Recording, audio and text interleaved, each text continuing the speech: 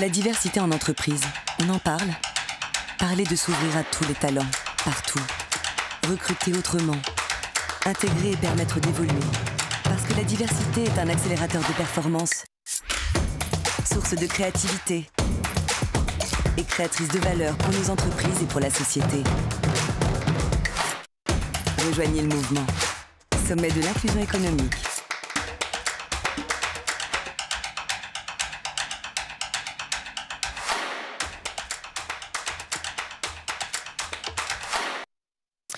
Les choses changent sans doute pas assez vite, en tout cas beaucoup moins que le numérique. Mais justement, est-ce qu'il n'y a pas là un fabuleux moyen de diversifier et d'inclure tous ces talents dont on parle?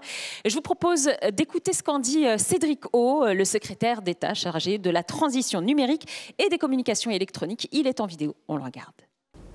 Bonjour à toutes et à tous. Je suis très heureux d'avoir l'occasion de prendre la parole devant vous lors de ce sommet de l'inclusion économique et je veux vraiment remercier la Fondation Mosaïque, mais également Saïd Amouche plus personnellement, pour tout ce qu'elle fait en règle générale pour l'inclusion, pour la diversité dans notre économie et notre société, mais évidemment plus spécifiquement pour l'organisation de ce sommet.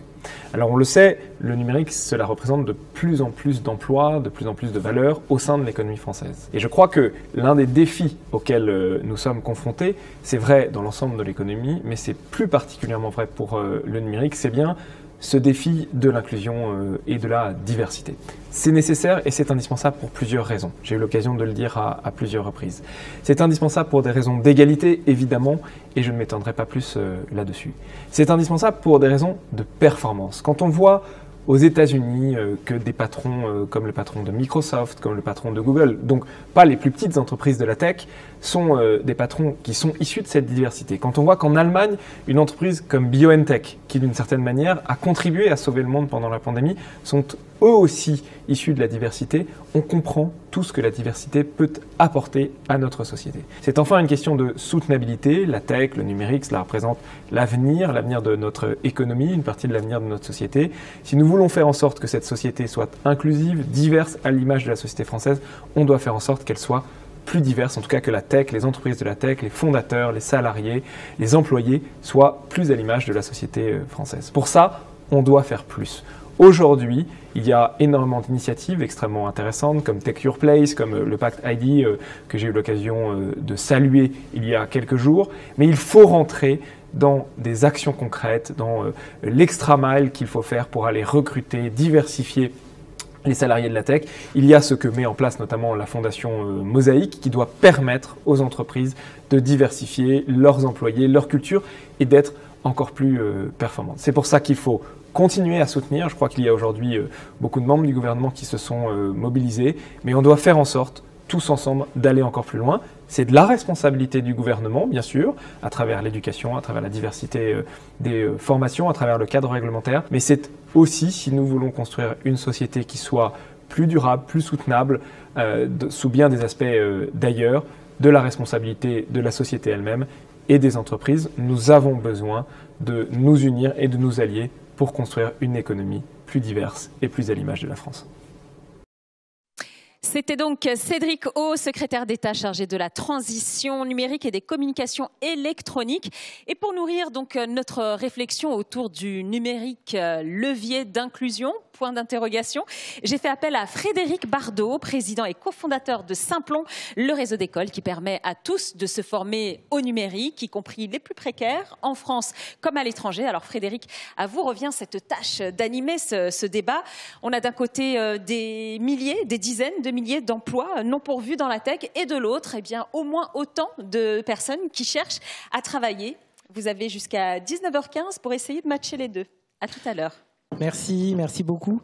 Vu le thème de la table ronde, vous pensez bien qu'à Simplon, on n'y croit pas du tout, que le numérique est un accélérateur d'inclusion économique.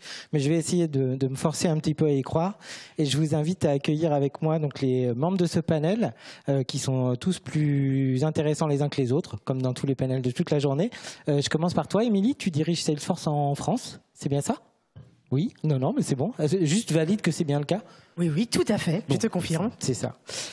Monsieur Malassine, vous dirigez Sonepar ? Oui, Jérôme, oui. Jérôme, ok, Jérôme. Jean, toi tu t'occupes de Connexio ? Exactement. Gaël? Gaël qui dirige Groé. Groé, pas Groe, hein. J'ai fait l'erreur en coulisses. Samia, toi tu es la patronne de la Grande École du Numérique. Patronne, t'aimes pas trop? Non, je suis la directrice de la Grande École du Numérique, ça suffit largement. Et vous, monsieur Roth? Oui, je suis le président de la GFIP, bonsoir. Super. Et normalement, on doit être rejoint, si tout va bien et si les dieux de la technique sont avec nous, peut-être par quelqu'un de...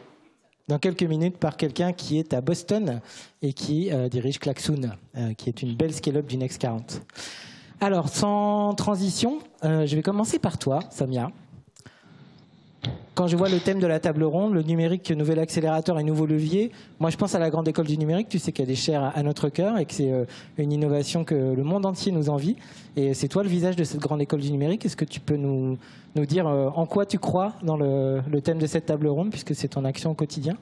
Je te remercie Frédéric, c'est un grand honneur de me considérer comme le visage de la Grande École du Numérique. Je pense que le visage de la Grande École du Numérique, c'est tous les acteurs qui travaillent dans l'écosystème numérique inclusif. Et je te la retourne, tu en fais partie. Et là, on a Jean avec nous, elle en fait partie. Salesforce, parmi les entreprises qui recrutent, en font partie, etc., etc. Donc, la Grande École du Numérique, en quelques mots, contrairement à ce que son nom pourrait laisser croire, c'est un réseau de formation au numérique, c'est pas une grande école, ou si elle l'était, ce seraient les grandes écoles.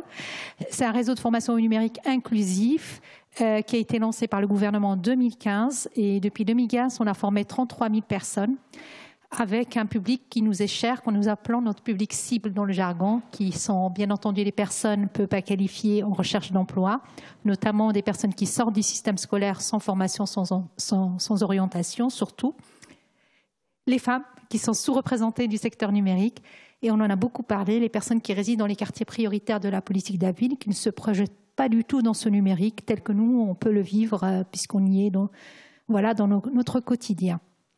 Donc, les formations numériques qui sont labellisées par la Grande École du Numérique ont la particularité de proposer des parcours qui sont en adéquation avec les besoins des entreprises à l'échelle locale et à l'échelle d'un bassin d'emploi local, ont la particularité de proposer des approches pédagogiques engageantes, actives, innovantes, avec l'apprentissage par le faire, par les pairs, par mode projet, et ont la particularité de travailler sur toute la chaîne de valeur qu'est une formation, à savoir d'abord chercher les apprenants, les sourcer, les former aux hard skills, c'est le minimum qu'on attend, mais les former par ces méthodes pédagogiques innovantes et les accompagner pour que ces apprenants ne décrochent pas pendant leur formation. Pour certains, ils ont déjà décroché du système scolaire avant, donc pendant la formation, il faut qu'ils maintiennent leur motivation. Et cette motivation se maintient par du mentorat, du coaching, de l'accompagnement, et puis les aider à s'insérer socio-professionnellement. Et là, le rôle des entreprises est très important, puisque les entreprises sont incluses dans la définition du parcours pédagogique, interviennent parfois dans des masterclass, interviennent dans nos webinaires, interviennent en mentoraux, et aussi interviennent en accueillant les apprenants dans un stage et éventuellement dans un emploi. Et je vais finir juste pour dire que les 33 000 personnes qui ont été formées depuis 2016, le premier appel à l'habilitation, ont une sortie positive à 70%. Ce n'est pas grâce à la Grande École du Numérique, c'est grâce à vous tous, parce que c'est vous qui les formez, c'est vous qui faites en sorte que les entreprises reconnaissent leurs compétences et reconnaissent leur potentiel et acceptent de les recruter dans leur diversité, avec quel que soit le profil de ces apprenants. On peut être en reconversion, on peut avoir fait une licence en anglais, et on peut avoir fait un BTS, on peut avoir fait être au niveau d'un bac, etc., etc. Donc voilà. C'est tout ce que pour la Grande École du Numérique. Après, je serai ravie d'échanger avec vous tous et de répondre à vos questions. Merci Samia, mais je reviendrai, je pense qu'on aura encore un peu de temps. Puisqu'on parle de technologie, on peut donner la parole à une entreprise de technologie, au hasard, une petite PME de la technologie qui s'appellerait Salesforce. Émilie, quand tu vois le thème de cette table ronde, comment ça te fait réagir de la fenêtre de Salesforce ? Moi, je suis ravie parce qu'effectivement, je pense que le numérique est une chance en ce moment, à la fois pour réduire les inégalités sociales en France, pour générer de la mobilité sociale, et puis également pour arriver à agir sur l'accessibilité de la technologie et la rendre pour tous. Et aujourd'hui, quand on regarde Salesforce, c'est à la fois une technologie qui permet de répondre à des enjeux économiques, et donc on profite d'un boom économique post-crise. En revanche, on a beaucoup d'emplois, et ces emplois, ils se traduisent à la fois en propre, mais aussi dans l'écosystème. Et aujourd'hui, les projections montrent qu'on va vers 211 000 créations d'emplois d'ici à 2026. Et donc, on a ce devoir de ramener à l'emploi pas que les bacs plus 5 dits traditionnels, mais également d'aller chercher les talents qui sont cachés, les talents qui font partie aussi de cette diversité. Et on agit sur 5 leviers. La reconversion professionnelle, on l'a cité, la réinsertion sociale, les jeunes, le décrochage scolaire, mais également les réfugiés.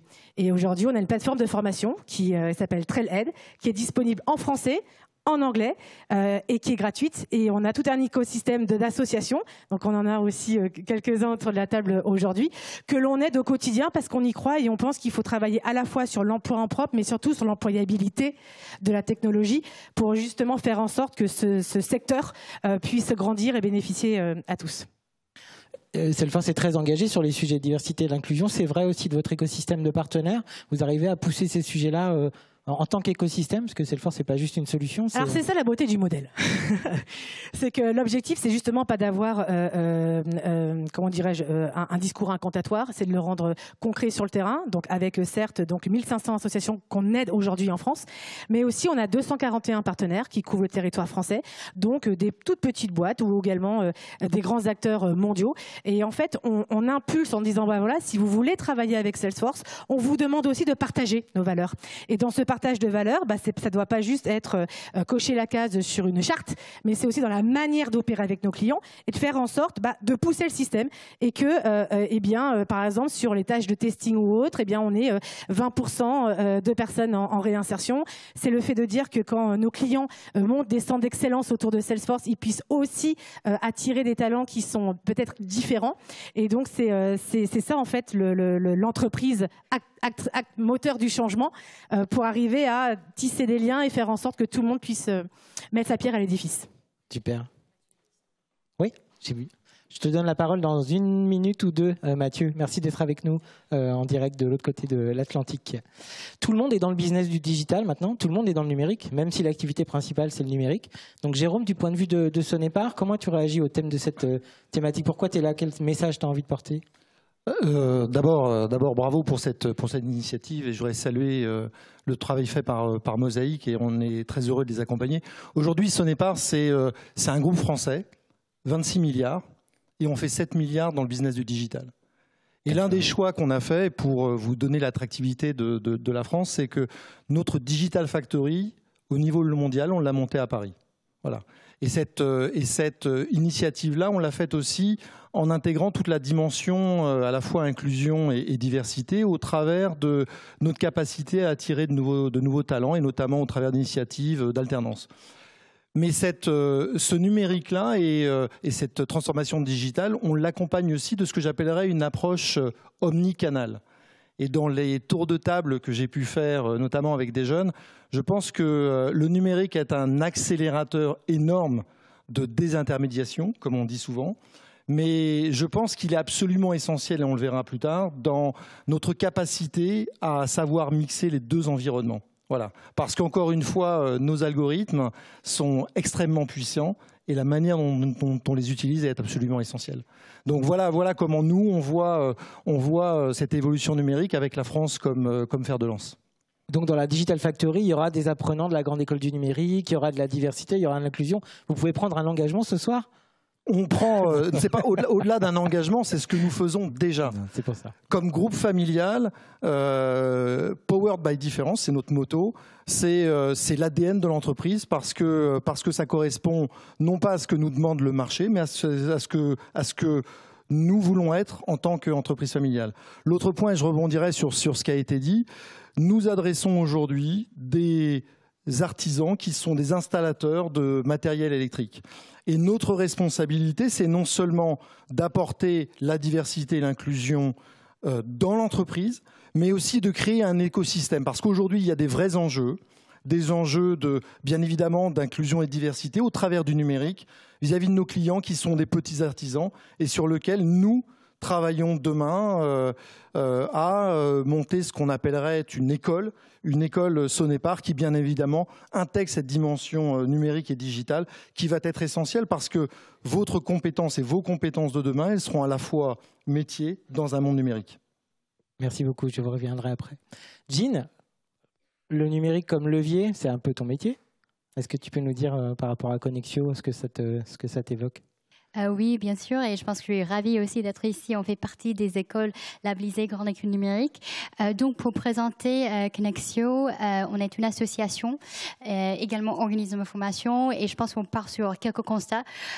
Parmi en fait, les constats, on avait tous vu avec la crise Covid qu'il y avait d'un côté cette accélération très rapide de tout ce qui est la transformation numérique, mais de l'autre côté, les personnes qui étaient vraiment encore plus éloignées du numérique et éloignées de l'emploi. Et donc, je pense que la mission chez Connexio, c'est vraiment d'assurer que toutes ces personnes ne sont pas laissées de côté par les changements de notre société. Donc, aujourd'hui, on est parmi les acteurs de terrain les plus engagés. On fait beaucoup de sensibilisation, de formation, d'accompagnement pour essayer justement de toucher nos publics. Ça peut être en fait des personnes réfugiées, des jeunes décrocheurs, des personnes sous-représentées aujourd'hui justement dans le secteur numérique. Et comme Samy a bien dit aussi, on travaille vraiment sur cette chaîne de valeur. Parce qu'il faut savoir identifier, il y a toujours aujourd'hui aussi quand on parle avec les publics, certains stéréotypes. Par exemple, pour certains qui pensent que pour faire ces types de métiers, il fallait que je fasse un bac scientifique ou un certain parcours. Et on essaie de montrer que c'est en fait aussi la mission chez Simplon. Et pour ça, je pense que c'est très important. On est tous ensemble dans cet écosystème de dire non, je pense qu'il y a des parcours atypiques. Tout le monde peut vraiment réussir. On a tous du potentiel. Et pour nous, la mission, c'est de vraiment débloquer en fait et vraiment donner accès à des opportunités à l'information. Donc aujourd'hui, je pense qu'on a aussi des partenariats avec des entreprises justement comme Salesforce qui interviennent justement pour faire du mentorat, du coaching, et je pense que c'est ça qui est très important, de commencer à travailler en fait pendant les parcours et jusqu'au bout en fait sur le recrutement de nos talents. Donc aujourd'hui, Connexio, on est présente dans 4 régions en France, une quinzaine de villes, aussi au niveau international en Afrique et bientôt en Jordanie. Et notre mission, c'est de vraiment en fait travailler bien avec des partenaires de terrain. Et aussi, on fait appel à toute entreprise aussi qui est aujourd'hui engagée, de vraiment en fait engager en fait dans les parcours, en termes de mentorat, en termes de différentes possibilités, vraiment de en fait mettre à disposition les talents de vos collaborateurs et aussi, bien sûr, aller plus loin dans le recrutement des talents issus de la diversité. Merci Ginny, à tout à l'heure pour le deuxième tour de questions. Mathieu, tu nous entends bien? Oui. Très bien, oui. Bonjour. Super. Donc, du point de vue du Next 40, d'une belle start-up scale-up maintenant de l'écosystème, comment tu réagis par rapport à la thématique de cette table ronde? Comment ça se passe chez Klaxoon? Alors, nous, on a un sujet un peu particulier, parce que ce sujet d'inclusion, c'est un peu le sujet de Klaxoon depuis le départ. Hein. On est une entreprise technologique, évidemment, Next 40, mais on s'intéresse depuis le premier jour à ce travail en équipe, et notamment à cette problématique de comment est-ce qu'on va faire en sorte que les différentes personnes présentes autour d'un sujet, autour d'une réunion, par exemple, vont réussir à apporter leur point de vue, et comment faire en sorte que cette réunion soit efficace. Et quand on regarde ça, très très vite, on se rend compte que la principale richesse qui n'est pas activée, c'est la diversité. C'est l'expression des points de vue, c'est cette différence qui est évidente entre chacun d'entre nous et qui n'est pas prise en compte dans le format de ces réunions. Donc ça, c'est un sujet passion pour nous chez Klaxoon et qui a mené la création d'entreprises et le lancement de notre premier produit en 2015. On constate aujourd'hui qu'on est dans une époque où, si pendant des années on a un peu prêché dans le désert en expliquant qu'il y avait une capacité à faire des réunions plus efficaces en transformant les méthodes, pour autant, il ne se passait pas grand-chose, ça ne se transformait pas réellement. Et là, on voit vraiment depuis cette entrée dans la crise qu'on a tous pris beaucoup plus conscience de l'importance des autres, qu'on ne peut pas faire les choses seuls, qu'en prenant un peu de distance, finalement en étant chacun les uns les autres mis à distance dans cette phase difficile de crise Covid, finalement c'est le collectif, la conscience du besoin des autres qui s'est trouvé valorisé.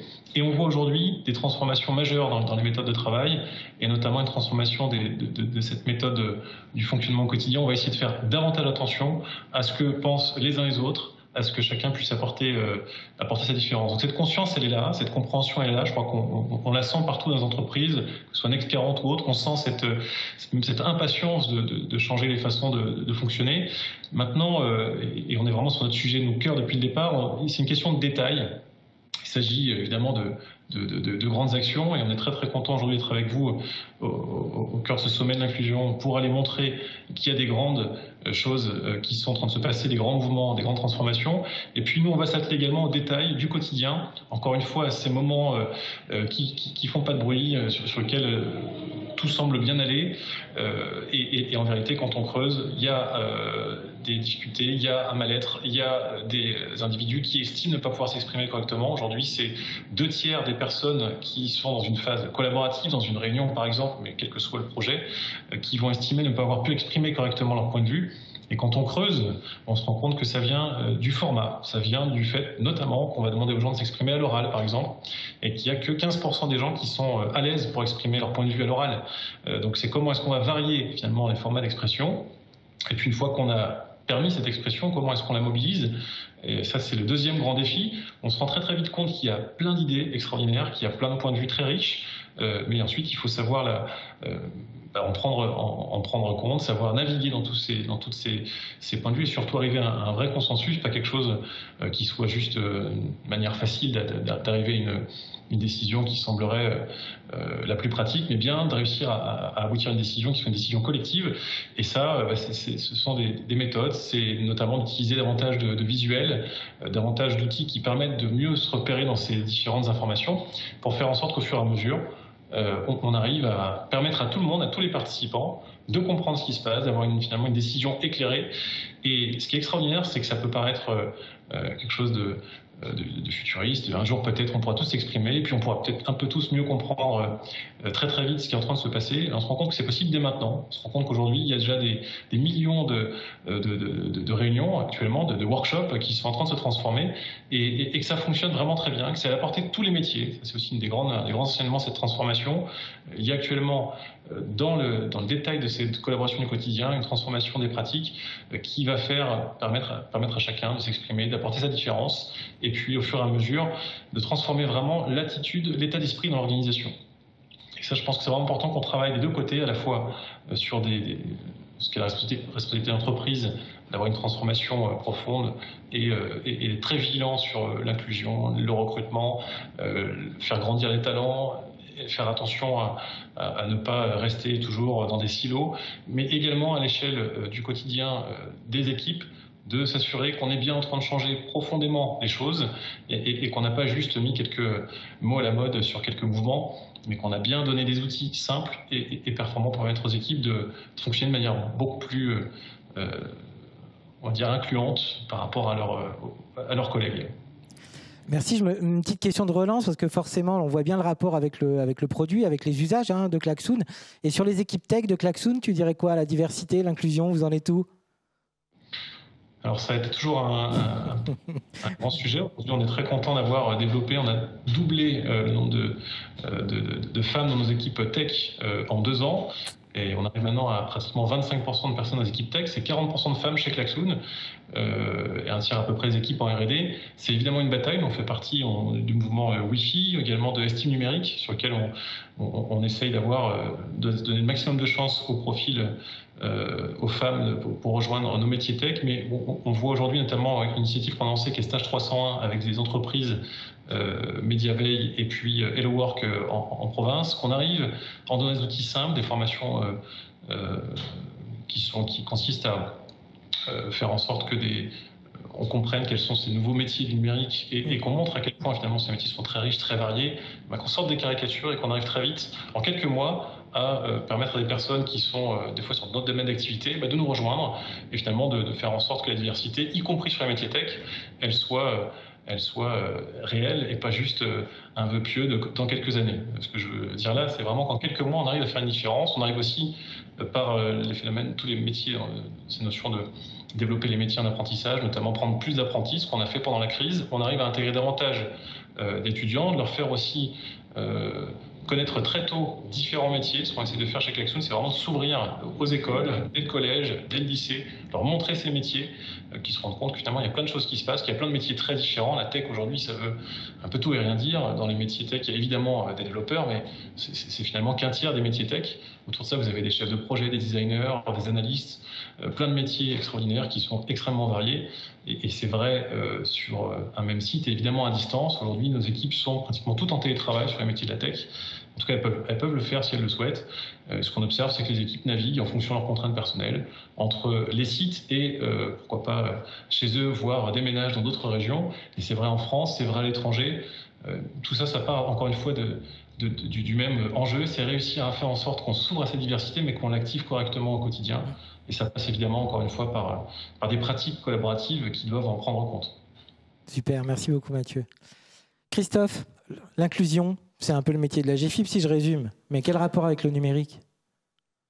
Effectivement, au niveau de la GFIP, nous sommes en relation constante avec l'ensemble des entreprises sur le territoire national et le numérique est une véritable opportunité, une véritable, je dirais, innovation dans le monde du travail, mais aussi pour la compensation et les aménagements de postes de travail. On voit bien aujourd'hui, à travers France Stratégie, par exemple, sur l'année 2021, 80 000 postes ouverts au niveau du numérique. À l'horizon 2022, on nous annonce entre 190 000 et 210 000 postes ouverts au niveau du numérique. Et donc, pour donner une véritable égalité des chances, pour donner également la possibilité à des personnes en situation de handicap de se former, faire des nouveaux métiers, il y a une opportunité, je dirais, de véritable égalité des chances pour se former et puis pour être utile à la société. Bien sûr, au niveau de la GFIP, la période du Covid nous a également impacté et nous a obligés à travailler avec son conseil d'administration et l'ensemble des équipes que je salue, je dirais, sur l'innovation. Nous avons une commission innovation et nous avons construit des partenariats à la fois pour faire du sourcing avec divers opérateurs, Diversity Days, Talent Digital, pour faire du sourcing, pour également aussi faire des diagnostics numériques et aussi pour faire de la formation. Nous avons donc construit ces partenariats qui sont en fin de compte des outils qui permettront à aménager, compenser les postes de travail, mais aussi se professionnaliser pour, je dirais, être au plus proche des populations que nous soutenons au quotidien dans leur vie active. En dehors, je dirais, de ces enjeux qui sont très importants, puisqu'il y a un levier énorme en termes de recrutement de personnes en situation de handicap. Je rappellerai quand même les chiffres du chômage.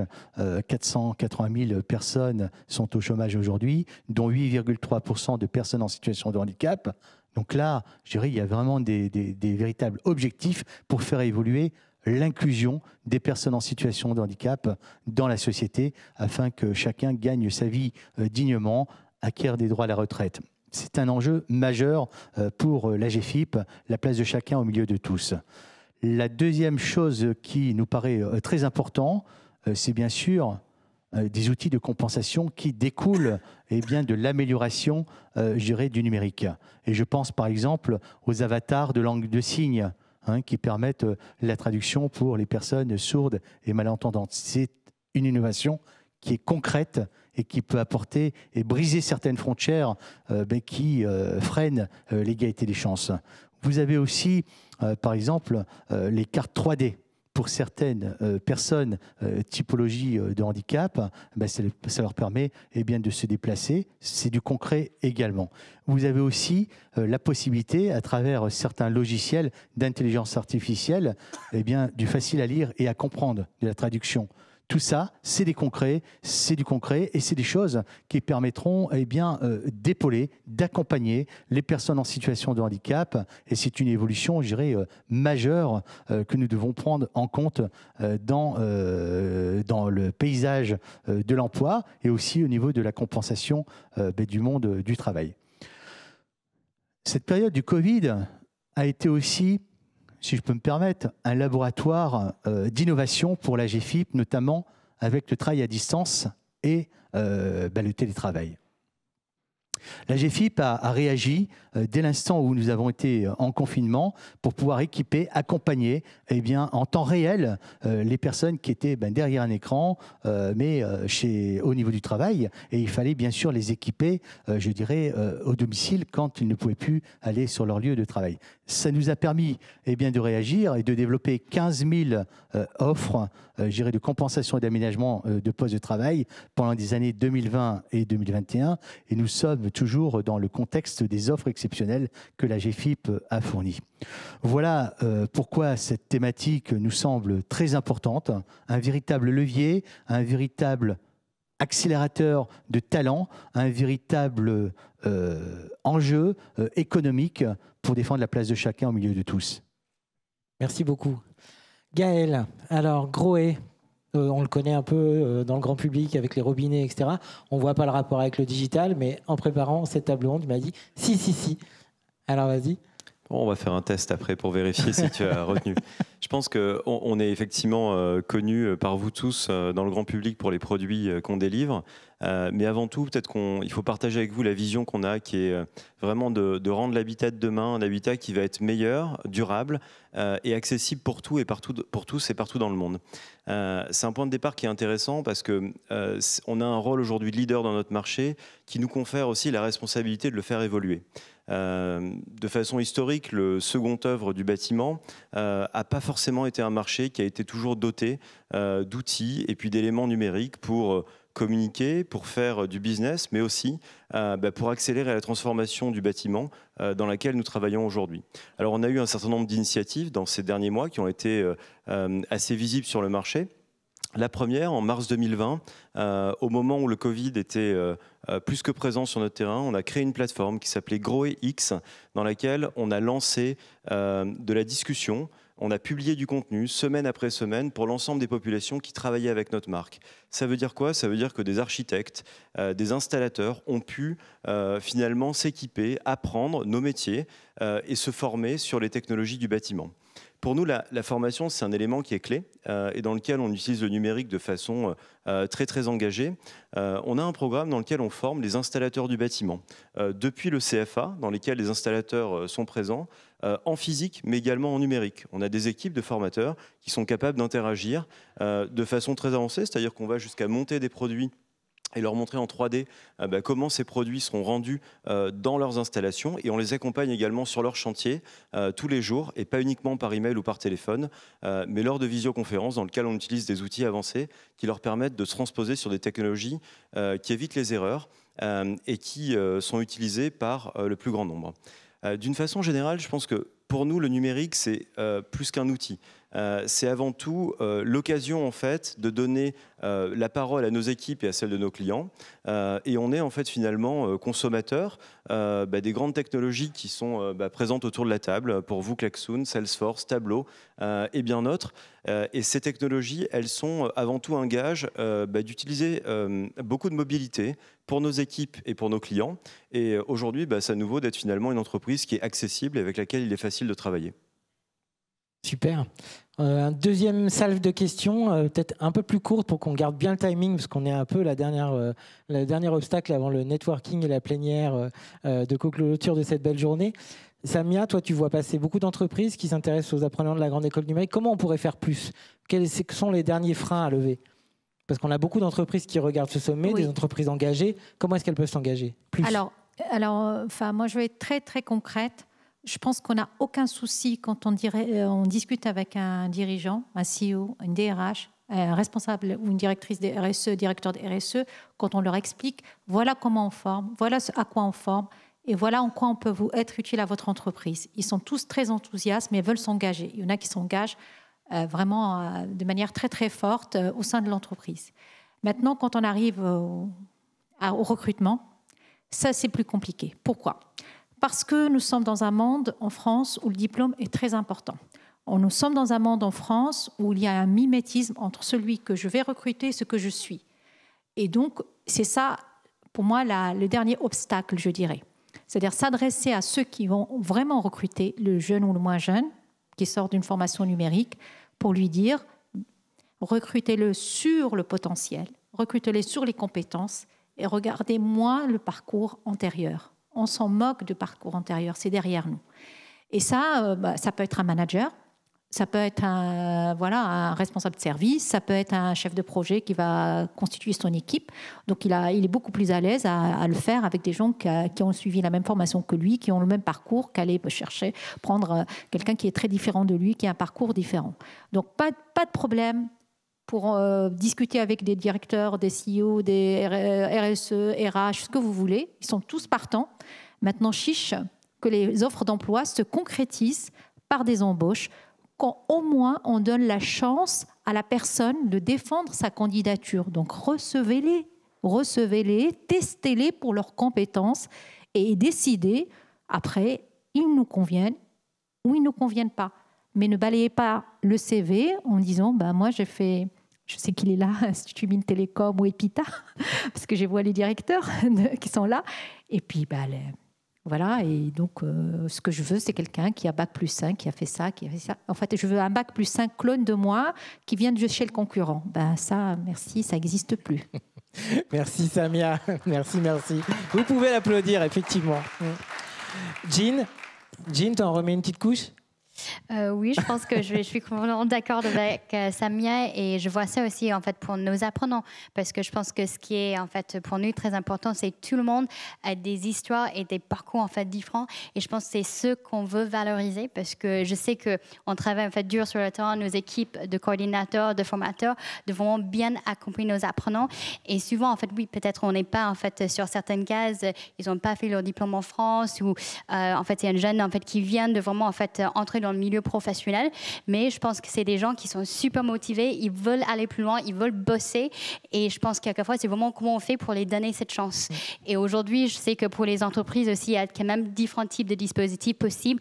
Il y a les aides par exemple pour les apprentis, je pense qu'on ouvre aussi nos parcours en alternance, donc pour les entreprises qui cherchent des contrats d'alternance, je pense qu'il y a quand même beaucoup de dispositifs qui favorisent justement en fait ce parcours d'insertion en fait pour ces apprenants.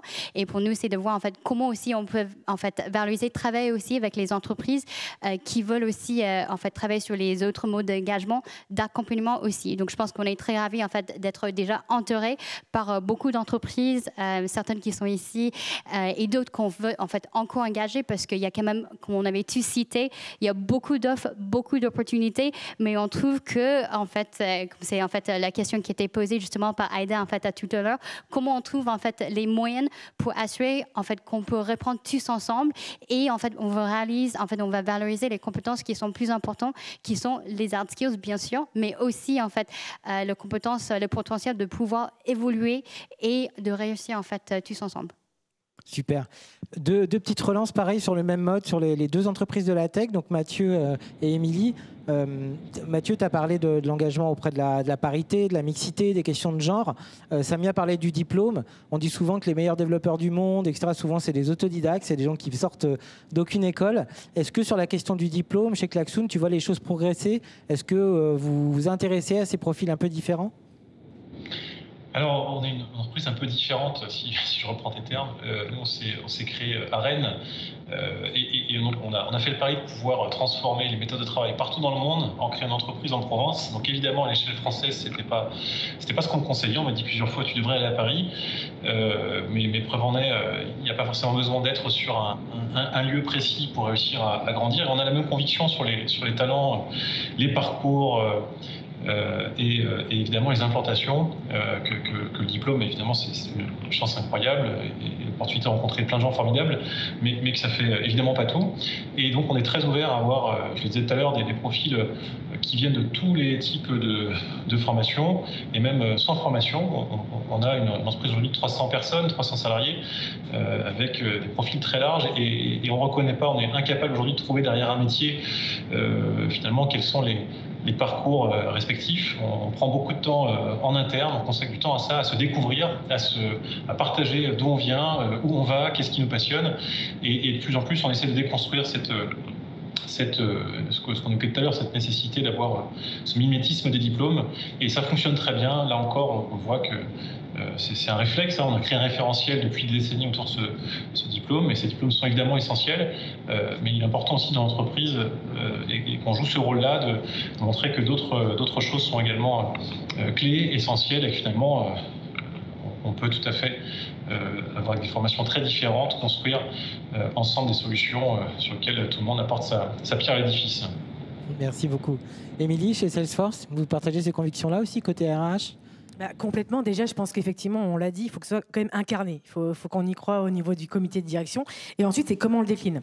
Et donc, pour arriver à accélérer, aujourd'hui, on arrive à travailler sur la question du genre. Donc, ça veut dire qu'on s'impose des quotas. Et donc, on a un 50-50 sur le recrutement qui est assez simple sur les plus jeunes. Par contre, on est à 30% sur les postes à direction et on monte à 40% pour fin d'année prochaine. Et donc, on se l'impose parce qu'on y croit et qu'on y voit une opportunité justement de se reposer systématiquement la question, notamment sur les les processus de comment dirais-je, tu sais, quand vous avez quelqu'un qui change de job, on a un processus pour arriver à analyser. Bien souvent, quand on est pris par la rapidité, on a tendance à oublier qu'on avait fait le travail et qu'on avait éventuellement des candidateux qui, comme de par hasard, passent à la trappe. Donc là, on a un vrai focus dessus. Le deuxième point sur le recrutement, c'est que moi, je suis un petit peu d'accord. C'est vrai qu'on a souvent des critères qui peuvent être très franco-français et très traditionnels. Et donc, on fait des tests. Et donc, on a lancé ce qu'on appelle les Salesforce Discovery. Et on fait en sorte non pas de travailler sur la partie diplôme, mais de travailler sur le potentiel. On s'appuie d'ailleurs sur des associations qui alimentent des viviers. Et en fait, là, je peux vous le dire, parce que la semaine dernière, donc c'est tous les 2 mois, la semaine dernière, il y avait 200 places. En 48 heures, entre les réseaux sociaux et les assos, c'était déjà pris. Et en fait, on travaille non pas sur les compétences stricto sensus, puisque dans la tech, ça évolue très très vite. Donc en fait, ce qu'on va surtout venir chercher, c'est des gens qui ont la niaque, qui ont un potentiel, qui ont vraiment envie d'apprendre. Et c'est d'apprendre en continu. Et donc on travaille sur des nouvelles modalités, des nouveaux canaux de sourcing au niveau du recrutement. Et pour faire ça, on adapte aussi les critères de sélection. Et donc on a formé sur l'ensemble de nos collaborateurs des formations obligatoires sur les biais inconscient, et en même temps on finit par des panels, donc tous les processus finissent par des panels qui sont représentatifs de la société, et donc on fait en sorte d'avoir à chaque fois des hommes, des femmes de toutes origines, et également des personnes qui sont soit Bac+5, mais aussi d'autres qui n'ont pas ce vécu-là. Voilà, donc on essaye de rendre la chose intelligible, sachant près, je voudrais rajouter, parce que je pense que ça change la donne, c'est que du coup, quand on fait ça, c'est vrai que le temps d'adaptation, il peut être plus long. Le temps d'évaluation aussi. Et donc, en fait, donner sa chance, c'est pas donner sa chance uniquement pour intégrer l'entreprise, c'est aussi savoir prendre le temps de l'apprentissage et de passer d'une évaluation de la performance du procédé sur une évaluation de la performance du résultat. Et du coup, ça vient modifier aussi le style managérial de l'entreprise. Super. Jérôme, puis Gaël, et je finirai avec vous, Monsieur Roth. Je voudrais rebondir sur ce qui a été dit. Je pense que tone come from the top. En plus clair, c'est vraiment le comité exécutif qui doit montrer l'exemple. Ça, c'est la première des choses. La deuxième des choses, je pense qu'il est clair qu'on a besoin d'accompagner nos managers. Et je pense que cet accompagnement à la formation du management inclusif, comment je fais pour gérer à la fois des managers différents, cette notion d'inclusion, quand on parle de profil numérique, bien évidemment, on les manage de manière totalement différente. Et donc ça, c'est un point qui me paraît essentiel. Après, on parle de plus en plus d'outils, à la fois dans le recrutement et aussi dans la gestion des carrières. On parle d'IA, on parle de ce genre de choses. Je pense qu'il faut qu'on soit très très clair, et vous l'avez dit, sortons de nos critères de sélection, des critères qui soient discriminatoires. Et je donne qu'un exemple. Je discutais avec Karel lors d'une des tables rondes. Il me disait, j'ai toutes les compétences, mais j'ai pas de diplôme d'ingénieur. Et systématiquement, pour des jobs notamment dans le numérique, les entreprises qui n'ont pas été capables d'intégrer le fait que ingénieur ne veut pas dire digital, eh bien, ils ne passent pas cette barrière-là. Et je pense que si on en a conscience, c'est un point essentiel.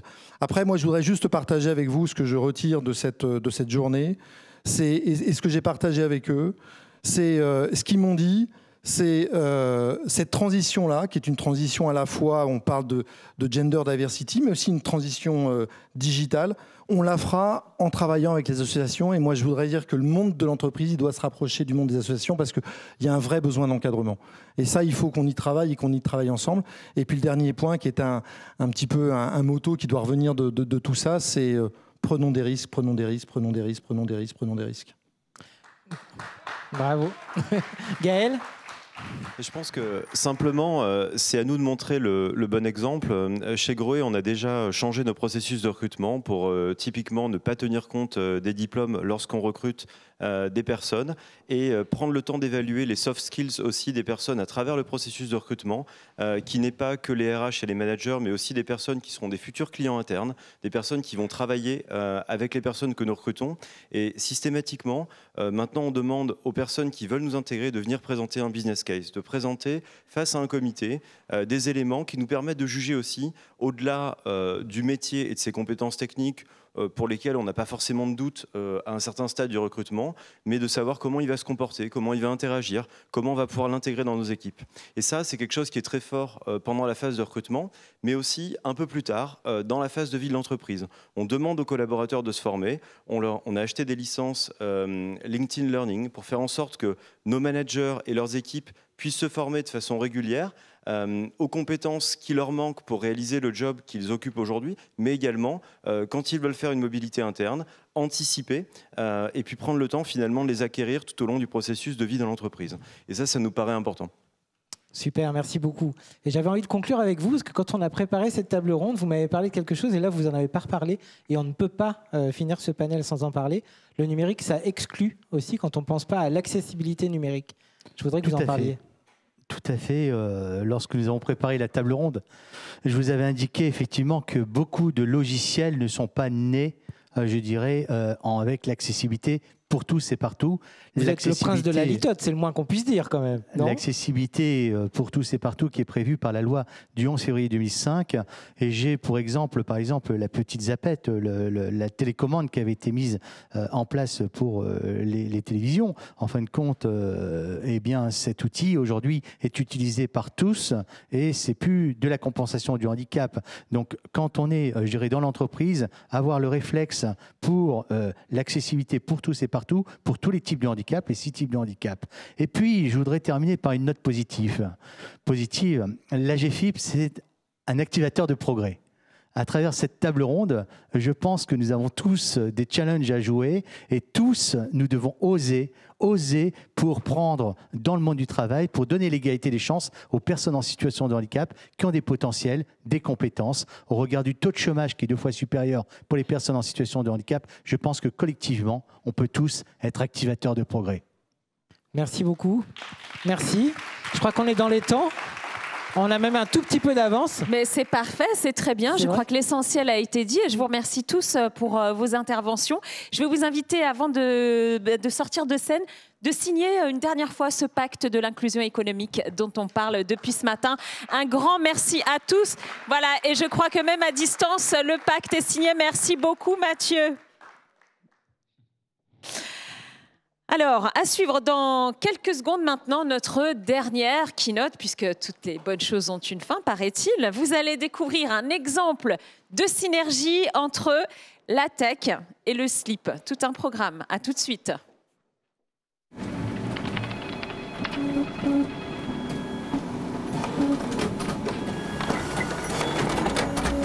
C'est quand même dommage d'embaucher toujours les mêmes profils quand on sait que l'inclusion est source de performance. Sur diversifiervostalents.com, accédez gratuitement à des milliers de talents de la diversité et trouvez les meilleurs profils grâce à notre algorithme de matching. Chose promise, chose due, on va tout de suite mettre fin à ce suspense en appelant sur scène Anthony Babkin, cofondateur de Diversity Days, géniale association qui fait du numérique une opportunité pour tous. Et à ses côtés, le slip français, comme son nom l'indique, représenté par son fondateur et directeur général, Guillaume Gibaud. Alors là, tout de suite maintenant, on aimerait tous les deux que vous nous expliquiez, je vous fais un peu de place, que vous nous expliquiez ce qui vous lie en clair les dessous de cette collaboration. Vous avez jusqu'à 19h30 précise. C'est OK ? Merci. On s'assoit, on reste debout. Comme tu veux. Bonsoir à tous, j'espère que vous allez bien. Enchanté, je m'appelle Anthony. Bonsoir à tous, je m'appelle Guillaume Gibaud. Et on avait envie d'intervenir à 2 voix parce qu'avec Guillaume, on s'est rencontrés un peu par hasard. Mais du coup, je vais lui poser une question. D'où vient ton engagement sur cette question de diversité et d'inclusion, Guillaume ? Eh bien, donc, bonsoir à tous. Donc, moi, pour ceux qui avaient peut-être vu passer cette histoire il y a 2 ans, je suis entré par une histoire assez malheureuse dans ce sujet, avec une histoire de 2 de mes salariés qui se sont retrouvés dans un cadre perso, hein, je le redis, c'est toujours important dans cette histoire, dans une soirée qui était vraiment tout à fait déplacée. Et il y a eu un amalgame entre le comportement de 2 personnes dans un cadre privé et l'entreprise. Et du coup, on a été pris vraiment dans un torrent médiatique assez compliqué à vivre. Et ça m'a fait beaucoup réfléchir et moi je me suis posé la question de me dire en tant que chef d'entreprise, le slip français je l'ai créé il y a 10 ans, on fait 25 millions d'euros de chiffre d'affaires, on est 120 salariés, moi j'ai mis beaucoup d'énergie à essayer de faire grandir une boîte avec des valeurs, avec des gens impliqués qui défendent pour l'industrie textile française et je me dis en fait en tant que chef d'entreprise, quelle étape j'ai loupé pour arriver à ce que des gens de ma boîte puissent se retrouver dans une situation comme ça et que surtout ça rejaillisse sur l'entreprise et que ça fasse sortir parfois ce mauvais côté de la Startup Nation, d'avoir une équipe constituée de beaucoup de gens dans mon profil qui ont fait une grande école de commerce. Et je me dis, ok, à quelle étape j'ai raté, à quel moment j'ai pas forcément donné la chance à d'autres gens, d'autres types d'horizons. Et du coup, voilà, on s'est rencontrés à ce moment-là. Anthony qui est venu me voir en disant, voilà Guillaume, je pense qu'il faut que tu te bouges plus sérieusement sur ces sujets.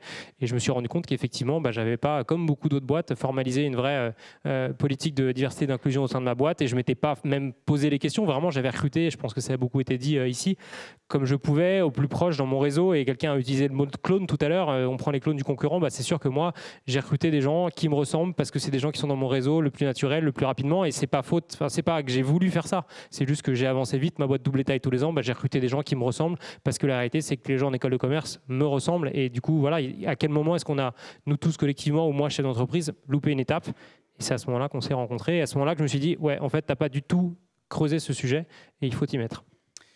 Ce qu'on aime avec Saïd et peut-être les gens qui t'écoutent aujourd'hui, c'est ta spontanéité. Parce que tu dis les choses, le discours que tu dis là, il fait du bien de savoir aussi que parfois on ne va pas dans le bon chemin. Toi, ça a été le coup de foudre, malheureusement, à ce moment-là, avec cette histoire, ce bad buzz que tu as eu. Quelle démarche tu as entreprise concrètement entre-temps? Qu'est-ce que tu as fait qui a pu transformer peut-être ta boîte depuis? Du coup, c'est donc il y a 2 ans maintenant. Et donc déjà, en tant que chef d'entreprise, déjà de réaliser tout ça, de me dire, OK, en fait, j'ai pas du tout formalisé de politique d'inclusion et diversité. Et du coup, avec votre aide, avec Saïd et la tienne, on a essayé de se dire, OK, en fait, la photo de classe du ski français, c'est la même que celle de toutes les startups qui lèvent beaucoup d'argent. Quand on voit tous la photo dans Madines ou aux autres articles, en fait, c'est la même photo de classe. Comment est-ce qu'on peut essayer d'imaginer une méthode qui soit agile et en même temps chiffrée, objective, pour arriver à embarquer les startups dans ce mouvement? Et du coup, c'est un mouvement que vous avez créé, auquel j'ai vraiment participé depuis le début, qui s'appelle Take Your Place. La méthode de Take Your Place qu'on a donc appliquée au Slip, elle est assez simple. C'est de partir d'abord d'une base. Moi, j'aime vraiment bien ça, et c'est un langage qui parle aux startups et aux boîtes du numérique. C'est de partir d'une base objective. Donc, on s'appuie sur la méthode Mixity, qui a peut-être été citée, et j'imagine de nombreuses fois aujourd'hui, qui vraiment mesure avec différents critères quelles sont les pratiques d'une boîte en termes de diversité sur 5 critères: égalité homme-femme, différence d'âge, multiculturel, LGBTQ+, et handicap. On va tester dans la boîte qu'est-ce que vous avez mis en place sur ces différents critères et faire une photo T0, et puis de se dire l'année prochaine on va refaire une photo pour dire est-ce que vous avez progressé, qu'est-ce que vous avez mis en place, qu'est-ce que vous avez mesuré. Entre les deux, il y a une roadmap, vraiment de se dire, OK, moi, dans mon équipe RH, aujourd'hui, on s'est listé 25 actions. Il y a une personne qui est nommée, de se dire, OK, voilà, ça, on va le mettre en place, ça, on va commencer à le mesurer. Et vraiment, à partir de cette mesure objective, vraiment de rentrer dans la démarche Take Your Place, et on en reparlera longuement, mais on a mis en place beaucoup de choses qui font pas mal de sens. D'abord, de vraiment faire des ateliers sur l'inclusion-diversité. Il y en a un, alors le rythme change un peu, mais dans un monde idéal, toutes les 6 semaines, tous les 2 mois, vraiment 1h30 dédiée le matin au petit déjeuner en visio, de se dire, OK, on aborde un des termes de la diversité et l'inclusion et on forme les équipes à ce sujet-là. Ce que j'aime bien dans l'approche, c'est que comme on aborde les 5 thématiques différentes, du coup, chacun se rend bien compte qu'en fait, c'est des sujets compliqués et qu'on n'est pas tous sachants et qu'on peut être très bon sur une des thématiques et mauvais sur l'autre en fonction de sa boîte, de son parcours. Et du coup, ça fait un peu redescendre les passions sur le sujet et ça amène dans une démarche de progrès et d'objectivité. Donc moi, je trouve que c'est hyper cohérent. Derrière, avec des ateliers, alors évidemment, avec le Covid, c'était pas évident, mais avec des job dating pour faire en sorte que ces 2 mondes-là se rencontrent plus. Une newsletter qui a été mise en place sur Take Your Place pour pousser des projets et des profils. Moi, je suis abonné c'est de là d'où vient l'idée, je suis abonné à une newsletter qui s'appelle First 20, qui est vraiment la newsletter sans mauvais jeu de mots de la Startup Nation. On vous pousse toutes les semaines dans vos boîtes mail 2 profils. Sauf que ces 2 profils, ils ont tous fait HEC et les SEC, et c'est pas mal en soi. C'est juste que voilà, si on veut faire en sorte que les ponts se fassent, il faut que la newsletter ou qu'il y ait des outils qui viennent de plus large, d'horizons plus larges. Et du coup, il y a une newsletter qui envoie des profils issus de la diversité, un site de recrutement qui s'appelle Diversité au talent. Enfin voilà, l'idée c'est de mettre plein d'outils en place dans la boîte et surtout d'en faire un sujet où on en parle régulièrement, de faire participer les recruteurs et les équipes opérationnelles à ces ateliers pour que ça devienne un sujet d'entreprise en fait et qu'on le porte tous les jours et qu'on arrive à des résultats pour embaucher des gens qui viennent d'horizons différents. Alors, on est au début, on a quelques recrutements qui viennent de Diversité au talent et surtout, moi je le vois en fait, et ça c'est nouveau Anthony depuis la dernière fois qu'on s'est parlé, c'est que je ne suis pas forcément capable de flaguer vraiment des gens qui viennent de diversitéautalent.com. Par contre, ce que je vois, c'est que j'ai maintenant des candidatures de gens et d'horizons vraiment différents, ce que je n'avais pas avant, parce qu'on a fait le boulot sur toutes les offres de mentionner que voilà, on avait ces démarches-là, qu'on est, je pense, aussi plus visible sur ces sujets, comme tu le dis, peut-être qu'avec spontanéité, on le prend à bras-le-corps, qui est un espèce d'éléphant au milieu de la pièce, je ne sais pas quelle l'expression, pour les startups, quoi, et de se dire, ok, bougeons-nous avec pragmatisme et franchement conviction pour essayer de faire bien. Mieux. qu'est-ce qui va être déterminant par la suite dans le monde des startups pour que ça bouge sur ces questions de diversité et inclusion? Rappelons-le, et moi je me lâche sur ce chiffre, c'est 80% des startups aujourd'hui qui n'ont pas formalisé de politique diversité et inclusion. J'ai tendance à dire que si on prend leurs grandes sœurs en exemple, elles sont quand même bien plus avancées sur ces questions-là. Tous les grands groupes qui sont mentionnés à côté, il y a quelques startups, mais elles sont minoritaires. C'est quoi pour toi les... Ouais, je pense qu'il faut à la fois faire cet effort de formalisation, et là, on en reparlera après, mais un des gros leviers, je pense, c'est de passer par les fonds d'investissement, en fait, qui peuvent mettre dans leurs critères d'investissement le fait que les boîtes aient formalisé. Encore une fois, moi, je ne l'ai pas fait. C'est pas que j'avais pas envie de le faire. À aucun moment donné, je me suis dit que je m'en fous du sujet, j'ai pas envie de le faire. C'est juste que quand on grandit, ça va vite, on n'a pas le temps, on fait les choses un peu par simplicité. Et du coup, ça s'est fait comme ça. Et je pense qu'il faut empêcher que ça se fasse comme ça, en fait. Il faut que les 2, 3, 4 premiers recrutements soient faits sans forcément le formaliser. Mais aujourd'hui, en plus, quand les levées de fonds sont plus de 2-3 millions, sont de 50 ou de 100 millions, là, on attend de ces boîtes-là qu'elles mettent en place avec des moyens importants, et du coup par les pouvoirs publics et par les fonds d'investissement, je ne sais pas dans quel ordre ça marche, sûrement dans les deux sens, mais que les fonds d'investissement, et ils sont friands, on le voit, hein, c'est récent, depuis quelques mois on voit qu'on a des échanges assez avancés avec eux, ils sont friands de mettre dans leurs critères d'engagement pour pouvoir déployer des sous dans une boîte, que la boîte se positionne sur ces sujets. Donc l'idée, c'est que je pense que ça fasse système entre les entrepreneurs qui peuvent être convaincus d'une idée et derrière le système qui tourne autour. Et pour vraiment que ça change, enfin, moi, je trouve ça, ça a été mon cas, mais c'est vrai que c'est malheureux de devoir arriver à un événement comme ça pour pouvoir prendre le sujet et de se dire que sur le papier, normalement, j'aurais dû le voir avant, quoi. Donc faisons en sorte, et je vais essayer de prêcher la bonne parole pour que d'autres prennent le sujet plus tôt et mieux. Merci, j'ai plus de questions. Alors du coup, on a fait un peu on a révisé. Moi, j'ai 3 questions pour Anthony. Du coup, est-ce que tu nous fais un petit update de justement Take Your Place, le mouvement, où est-ce qu'on en est, combien de boîtes et... Yes, il y a 1 an maintenant, avec la fondation Mosaïque et avec Saïd devant moi, on a cofondé en fait ce mouvement qui s'appelle Take Your Place, qui fédère aujourd'hui 24 startups. C'est chouette en 1 an d'avoir 24 startups et fonds d'investissement qui nous rejoignent, mais aujourd'hui, il y a plus de 10 000 startups en France, donc on est une petite goutte d'eau. Et je vois les choses avancer, les solutions sont là, tu en as très bien parlé, et merci, tu as été un allié depuis le départ sur ce mouvement. T'aurais pu, les gens me disent, mais c'est logique, après ce qui lui est arrivé, je considère qu'après ce qui est arrivé, tu aurais pu très bien dire, ok, moi je m'en fous, je continue as usual, je reste une boîte assez tradie, conventionnelle, on reste entre nous, on s'en fout. Ça peut être le sens de l'histoire. Tu as fait ce choix à un moment de dire, ok, moi je veux transformer ma boîte, je veux monter en compétence là-dessus, je veux former mes collaborateurs. Donc au nom de Saïd et de toutes les personnes qui sont là, qui nous entendent, merci. Parce que ça peut changer la vie de plein de gens qui sont aux portes des startups aujourd'hui et qui n'arrivent pas à rentrer dans ces boîtes-là. J'en connais beaucoup qui ont vécu des humiliations, des blocages, des moments où ils ne savent pas trop pourquoi le CV n'a pas été retenu. Donc il faut qu'on cesse avec ça, puisque je dis souvent les startups sont les futurs grands groupes. Le symbole de la startup du Next 40 qui va rentrer dans le CAC 40 bientôt. En tout cas, c'est un souhait a priori du président de la République. Donc voilà, l'avenir des startups, c'est aussi l'avenir des grands groupes. Donc moi, je vois que Take Your Place peut être une vraie rampe de lancement pour changer vraiment les questions de diversité et d'inclusion dans le monde de la tech, dans le monde des startups. Mais on est encore trop discret. Donc moi, j'ai envie de passer un message à tous les start-upers qui nous connaissent ou tous ceux qui connaissent un start-upper dans leur entourage.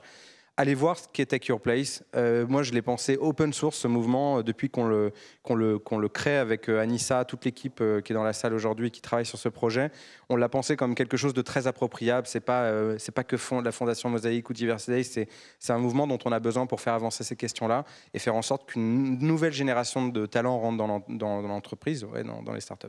Et de ta fenêtre, tu dis souvent qu'il y a peut-être un peu un plafond de verre où on se dit que voilà, tout est là, il y a la méthodo, il y a le réseau. Qu'est-ce qui fait qu'on n'arrive pas à passer à l'échelle? C'est quoi les freins qu'il faut qu'on arrive à lever encore?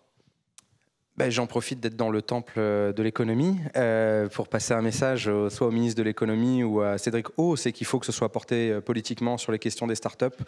Moi, on parle souvent d'hypercroissance dans ce monde de la tech et des startups. Moi, j'aimerais parler d'hyper-responsabilité. Je pense qu'il y a un enjeu pour ces startups qui sont devenus grands groupes. J'ai interpellé il n'y a pas longtemps un patron de startup mature. Et je lui disais, est-ce que tu es encore une startup? Lui-même ne savait pas me répondre. Il me dit, écoute, on est 1000, on est dans 30 pays. Je ne suis pas sûr qu'on soit encore une start-up. Et je lui dis, c'est quoi la moyenne d'âge dans ta boîte? Il me dit 28 ans. Je lui dis, est-ce que tu sais qu'à partir de 45 ans et plus, c'est 50% du marché du travail? Donc déjà, ta boîte, elle représente 0,001% de ce qui est vraiment le marché du travail. J'ai pris que sur l'âge. Si j'avais pris un autre critère, bon.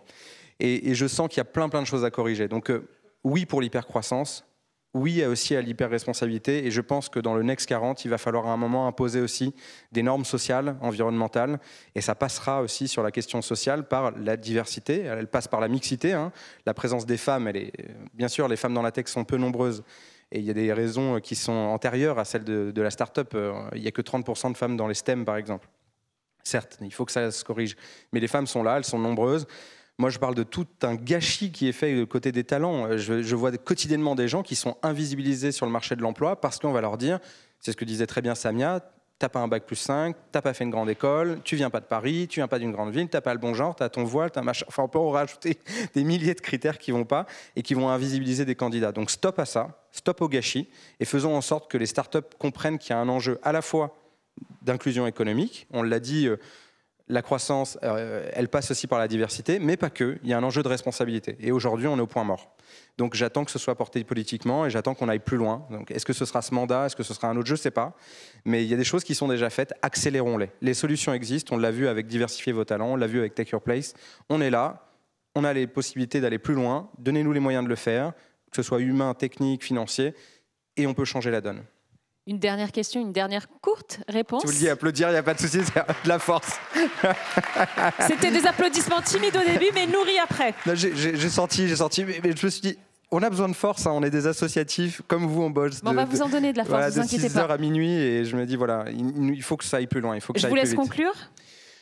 Je sais pas comment... Il y avait une dernière question, il me semble. Ou alors on a fait le à tour. peu près fait le tour, non? Ouais. Non. J'avais compté 3 questions, mais c'est pas grave. Non, il nous faut d'autres Guillaume Gibault, il nous faut d'autres Saïd Amouche. Faites des clones, voilà, des clones différents. Faites des gens, des start-upers qui ont envie de s'engager, des Saïd Amouche qui ont envie de créer ce genre de grand rendez-vous. Moi, je tiens à féliciter, saluer celui qui a été il y a 10 ans, celui qui m'a ouvert les portes de l'emploi, Saïd et ses équipes. Sans lui, je serais sans doute pas en train de vous parler. J'aurais jamais foutu mes pieds dans un grand groupe. Donc merci et bravo à lui d'avoir lancé ce pari audacieux d'un sommet de l'inclusion. C'est nécessaire et utile. Bravo, bel hommage Saïd. Merci à tous les deux. C'est un bel exemple de synergie et merci Guillaume d'avoir eu cette démarche. Vraiment, je salue.